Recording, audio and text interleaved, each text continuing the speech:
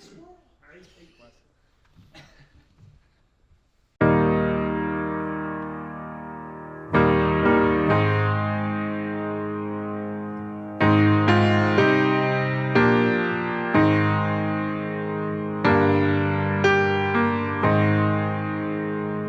I wish somebody would've told me, babe, that someday these will be the good old days. All the love you won't forget, and all these reckless nights you won't regret.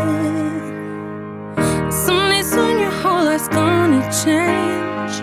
You'll miss the magic of these good old days. Probably most recently on Houseboat. It was one of those late nights, who knows what time it was. Trust, for whatever reason, decided to climb into the crow's nest at the top of the boat. And I think as Jaden had his water bottle and he just decided to dump it all on Trust. Trust was like half asleep and he's yelling out of the little hole, he's screaming at us, and everyone else is like asleep. Freshman year houseboat, it was like super late at night and some of the girls were sitting on the edge of the boat and we were talking, and it's like pitch black so you can't really see anything, and we're just like hanging off, and then all of a sudden we just see something like fly over our heads, and we all just like stopped and looked at each other, and one of the, I think it was the captain of the boat or something, but one of the like people that come up, she's like, oh yeah, we have bats that fly around at night, and I had never heard a louder silence from the girls. In the DR, we went to a soccer game and like it was just wild. Like we were just chanting like Cinco es muy guapo, and he gave us the jersey at the end of the game.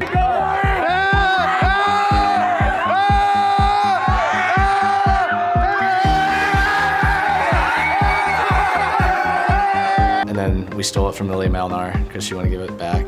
So sweet. We did it. We're holding it in our hands.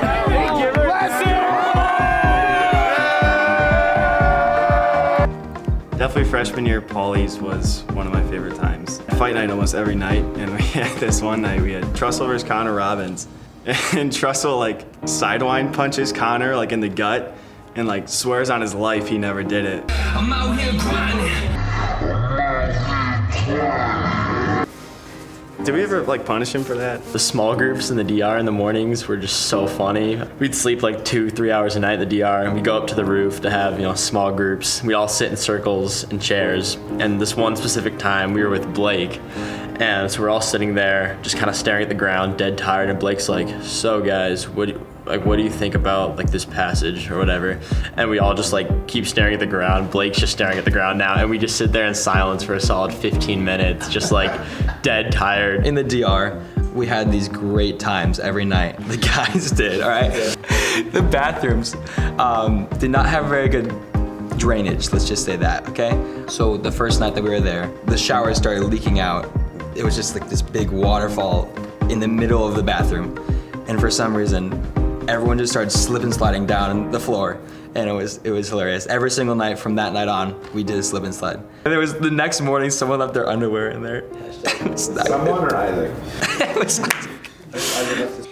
just like being with everyone and like having just like a community has just been really nice to just like come to. My favorite moments would probably be this past year. A bunch of us got together for a Friendsgiving at Luke Hanavan's apartment, and he decided he was gonna smoke the turkey in under 2 hours. And so I think like within the first half hour, his whole apartment was filled with smoke.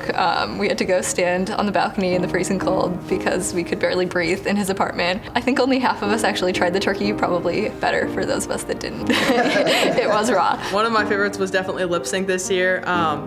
It had a little bit of controversy around it. Me and Ella Moss were in both the 7th grade girls small group. I was feeling very confident, very cocky leading up to it, so I did tell everyone that we were gonna win twice. We did in fact take first and second place. You know, it's a bittersweet moment. Did we steal the 7th grade girls' idea? Yes, we did. Wow, it's on camera. What? We did. I really felt connected to my small group like fairly quickly. They're some of the most sweet, beautiful, God-loving people that I know, and I couldn't be more blessed to know each of them. The first one is probably when me and Mike Altman ate a cockroach in Paulie's. No, he was talking, he was like, I haven't gotten sick in like, I haven't threw up in like 8 years, and then he was like sitting in the corner like shaking, like holding a bucket. He was like sitting there like this, and like I was fine. Freshman year. I don't remember freshman year at all. Sophomore year. You remember anything that happened? Probably not. I did get a girl Snapchat at Spring Hill. She had out to me though. She has a boyfriend. Shout out to Abby. Never forget. Houseboat was a great memory because I faced my fears. I was on top of the cliff. Everybody was running their mouths. I say, Luke Hanavan's not gonna jump. Luke Hanavan's too afraid to jump. They're like, look at all these kids who jumped. And look at you, you can't jump. What a loser. And it hurt. But I conquered it. I jumped. Prove them wrong. Said it. Yeah! Can't even keep up with all this cash I stack. Yeah! Just look at this shit on my neck, 280. It may have taken a long time, but I did it. And I think that that's more impressive than the people who weren't scared in the first place. Because I actually conquered something. And I want to set that straight. It doesn't make me worse for not being able to do it for a while. It makes me better because I did it. When we went to Six Flags one of the summers and it rained, so it was like downpouring and they shut everything down and we were just like, oh no, we'll stick it out. So everyone was just like kind of sitting in the food pavilion and then we were like, why don't we just like take advantage of it? So that whole day was definitely a really fun experience. Towards the end of the dunes trip, and we were walking towards the clay pits. Normally once you go to the clay pits, you take a right and it leads you back to the shore. We decided it was one of our last trips with some of the seniors. We were gonna go to the left. We wiggled our way through. None of us had been over there. And all of a sudden, Aaron Lamb just walks out of the brush from absolutely nowhere, just in his own world, just like looking for snakes. We're calling him. He just wouldn't respond to any of us. There was this one time, actually not that long ago, we thought it was a good idea to get Trent back for something. So we thought, like, what's the best way we can get him back? Of course, we decided on stealing his truck. Snuck into his house. Jory told us where the key was. Sorry, I'm exposing her. And then we drove by where he was, and basically he saw us in his truck. Trent and his posse came after us. They're chasing us. Oh guys, they're not even stopping. Go, go, faster. And they came after us with like airsoft guns, but they weren't loaded, but we didn't know that.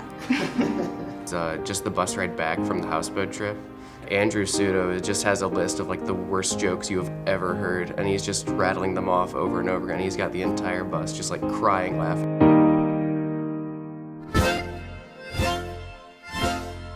Reckless at recess. Old person theme night. Apparently old people drink prune juice. I don't know why. I'll take this one for the team. I'll drink a red solo cup of prune juice because I was leading my 8th graders and I was like, I'm gonna do it. Little did I know, prune juice is a laxative. I did not know that, but whatever. Of course, we're 8th grade boys and we're slow and we lost. Mark's up on stage and he's like, all right, losers gotta drink another cup of prune juice. You be on the toilet all night. And I chug another red solo cup of prune juice. I think the safe level is about 8 ounces. I had probably about 20. I made it for about an hour in small group, and then as soon as that ended, I was in the bathroom then, basically all night, and then I skipped school, and then all the next morning. Don't ever drink prune juice. It's a bad idea. After ice skating, and it was this year, so we had finished ice skating and everyone headed to Freddy's. I don't know what came over me that I wasn't paying attention, and I had walked into the men's bathroom. So I was just like washing my hands, like looking in the mirror, and Matt had opened the door and was like, and he kind of like peeked out to like see the sign. He's like, this is the men's bathroom. And I literally was like, it is? I was like, are you sure? And he like turns and he points at the urinal. He's like, yeah. And I was like, oh my God. And I never like bolted out of the bathroom so fast. And as I had come back to the table, Matt was like, oh, didn't I just see you somewhere? And I was like, yeah. I was playing foosball and I just recently been almost pantsed by Luke. I had seen Luke hanging on one of the beams. He was doing pull-ups or something. And so I thought that Luke was still up there. And so when I turned around after playing foosball, there was somebody like right behind me. I thought it was Luke, because again, I'd just seen Luke up on one of the beams. And so I like go to pants Luke, and I stop myself right before I do because it's Dylan. And I didn't want to pants Dylan, but I almost did. I was really tired, I couldn't I don't know why I thought it was Luke. In Polly's, we were at the beach and there was like a jellyfish in the water, and the jellyfish larva kind of got all over our skin. And so all like 30 of us just sprinted from the beach all the way to the showers, trying to rinse off because we were so itchy from the sea life. I've never been to Six Flags before. I had already like gone through Goliath, Raging Bull. I was like just chilling. So we're going to X-Flight for the second or maybe third time. I'm not feeling great leading up to it, but I get in the ride and it's starting to, we're like buckling in, and I look over at, I'm sitting next to Audrey, and then I look at her and go, Audrey, I'm gonna throw up. And she goes, okay. And then I throw up everywhere. The ride ends up being closed for the rest of the day. And then these sixth graders come to me and goes, somebody puked on X-Flight and we were all waiting in line. It was closed. And I was like, man, that sucks. I'm getting ready to, meet our small group, but I didn't realize that we had changed rooms for the day. So as I'm heading to the room that we normally meet in, I failed to realize that there's a completely different group of people. I don't even know if they're related to Reckless or not. And I was so close to walking in on just this group of grown men having a sit-down meeting in this conference room. And so, The first summer dunes trip, we all decided to run down the dunes. Everyone was running. There was probably 30 of us. I was running and face planted and my feet came all the way over my head. It just so happened that the drone was flying up the dunes as I face planted, so that was featured nicely.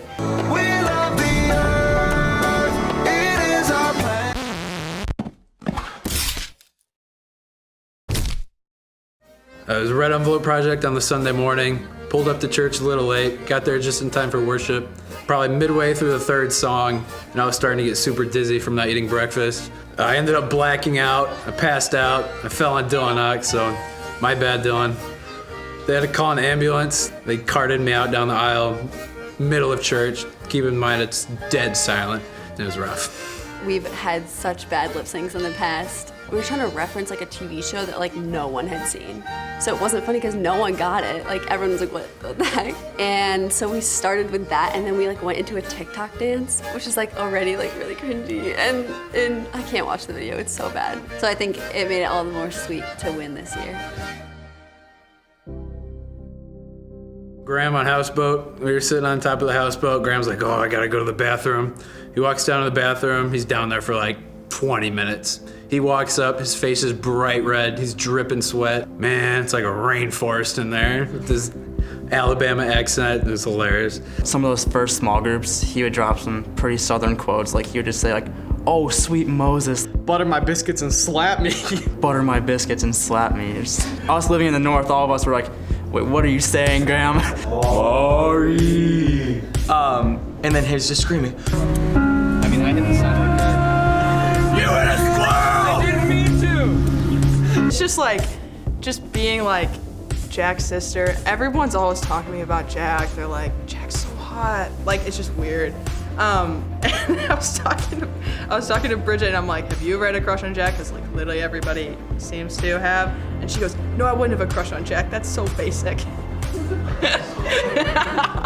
She just stops. She's like, and she said, you have no idea how attractive that is. Anytime one of us did something that was really cool, we're like, you don't know how attractive that was. This was when Ella and Caleb were just starting out. Sorry, Ella. But I remember she came up to me and she was I was like, give me the Caleb update, what's going on? And she was like, I think we're dating, but I'm not sure. And they'd been dating for a week apparently, but she wasn't 100% sure if they were or not. That was tough.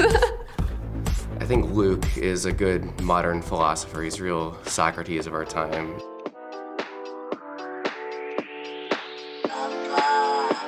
Yo, Mark, urinals? Yeah, I pissed on the floor. Turns to me, goes, who names their wife Mish? You don't know what fake means? You're not a teenager? Bible app girls be crazy. I'm not a dirty liar, I'm a clean liar. I memorized all the first books of the Bible: Genesis, Exodus, Leviticus, Dominicus. Blake once said, bro, you still got your sunglasses on? And Luke said, I have to, my future is too bright. Chicks digged me like a shovel. And then the most recent one, he said, I thought Bob the Tomato was an apple. I was on some crack in the summer, I swear. My ego was like I got the highlights and then it was just.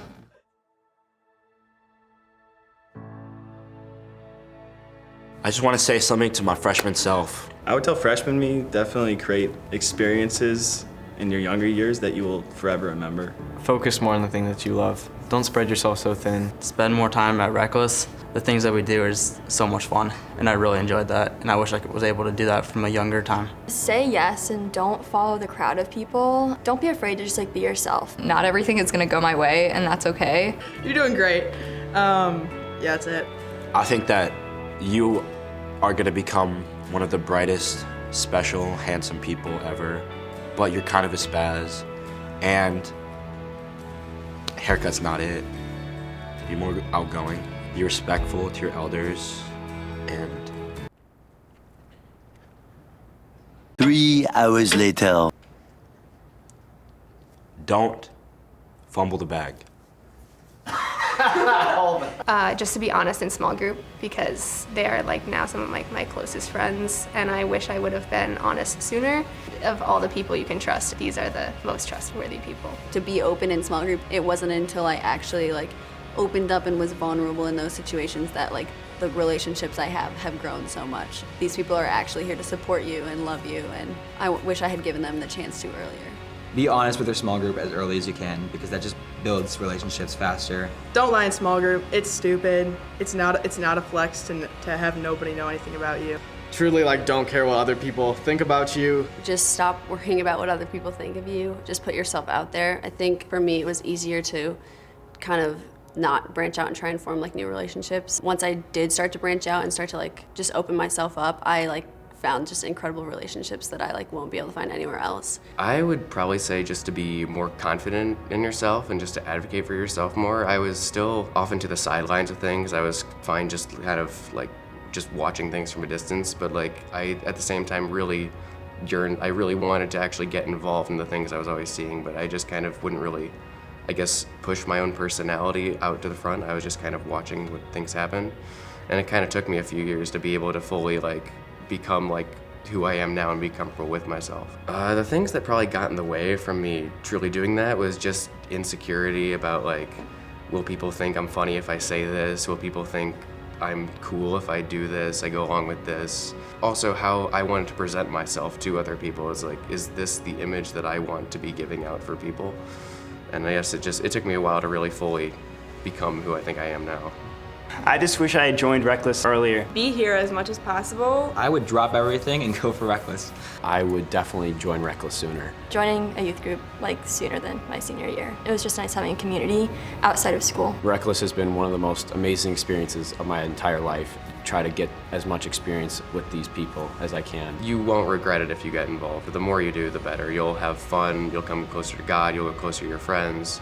It's totally worth it. I would not be so focused on the things that drain me and try to do more of the things that fulfilled me. I think I would branch out more, especially like as a freshman and sophomore. One of my favorite things now as a senior is just getting to meet tons of new people at school and Reckless. God loves you more than you know. Because I was kind of in a period where I was like questioning whether I was loved or not. Man, I would tell myself like he loves you so much and that like there's nothing he wouldn't do for you. My junior year, I stopped coming because I was scared. My best friends had just moved away and I was scared to show up alone. That's like one of my biggest regrets from high school. I should have just stuck with it. So I feel like a lot of people know me, but know me more as like I don't take anything seriously. And I kind of wish I like showed more of that side of me. Like it would have like helped like deepen friendships and stuff. I feel like that's why I got so close to like Reckless, because like I could get really personal with people here like in small groups and stuff.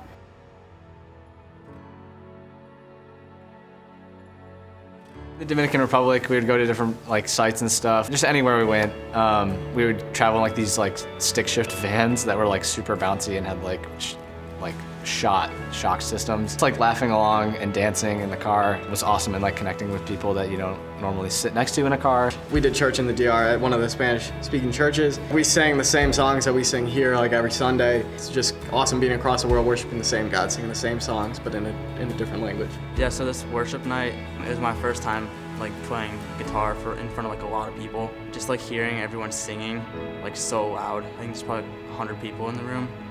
Just like being on the other side of that was crazy for me to be a part of. I just felt God's presence in the room then. I've been friends with Aaron for a long time. Finally getting to see him baptized in houseboat and just proclaiming his faith and get baptized in front of everybody, it was really cool. It was really meaningful because I was waiting so long to do it, and COVID kind of didn't let me get baptized over 2020, and so I kind of felt like God had abandoned me, and I guess that just finally being able to get baptized showed me that God was still there. Coming to Reckless, you do a lot of trips, and I don't know, something about Mark just gets the spirit into you with his amazing worship, feeling of holiness and greatness that is so powerful, it can really change your whole life. I think one moment where I could just really feel the presence of God was in small group this past year. And it was really just a time where we were all being honest with each other. I think we were all sharing things that we hadn't shared with people before. And it was a really cool moment to see how that was received by the people around us. I just felt so much love from my friends and leaders, and I think that was a great representation of Jesus' love. At winter camp, and I saw all my middle school girls, well, most of them were standing in front with all their arms around each other. But seeing them all kind of stand up and put their arms around each other and start to just worship, I started sobbing, just thinking about how much I love those girls, just kind of seeing how much I want for them and how much God cares about them. At the fall retreat, we were all worshiping. I believe it was the last night we were there. We were all worshiping in that little cabin, little area. I think it was the song Promises was playing, and we were all singing, and all of a sudden I just started getting really emotional. If you guys know me, I don't get emotional easily. All of a sudden I'm like, oh my goodness, I'm crying, what's this? I just felt so overwhelmed by the goodness of God and how much He was present in that room. So one moment where I really felt like I encountered God was one night I was driving home with a friend of mine after Reckless. I was just really upset. There was a lot going on for me, and I just felt like everything that could go wrong was going wrong. After a while, when we were driving home, I started to calm myself down, but then kind of out of nowhere, I just felt this overwhelming peace. I just felt like everything that I was freaking out about, I was worried about, stressed about, was just gone. It reminded me that no matter what I'm dealing with right now, that He's got it figured out, and I have nothing to worry about. It was right after, I think it was Dylan got baptized. Mark was playing the guitar. And I just remember it being so peaceful. And the sky was so clear. Everything about it was so pretty. You could hear the ocean, you could hear the music, everybody was singing. It was very emotional. There wasn't a lot of talking that night, but I feel like everybody connected and everybody wasn't talking. I see God's love for a lot of different people and interacting with people. The biggest moment of that was in the DR. This year at the Go Reckless retreat, it was kind of at a time in my life where I was just feeling really empty. And so I had prayed going into that week, I just said to fill me up. And there was a moment that we were worshiping and I was sitting alone on the ground. I was just on the floor. Tears were streaming down my face because I just felt so loved by God. The last night of the DR, we're all worshiping on the roof. I think it was when the song No Longer Slaves was playing. I was sitting in the back on the railing, just kind of praying. I had a friend come up to me. He's like, hey, can I pray for you? And he starts telling me about a dream or vision, whatever you want to call it, that he had about me, talking about an experience that I hadn't told anyone about. And he starts kind of reciting it to me almost word for word. And at that time, it was I've always had trouble kind of convincing myself of more the supernatural side of God almost, but I don't know, that was a moment that I was wow, and it's just God was telling me that I was yeah, I saw you when you were in your lowest, I saw you in that moment. Never thought we'd get old, maybe we're still young, maybe you always look back and think it was better than it was.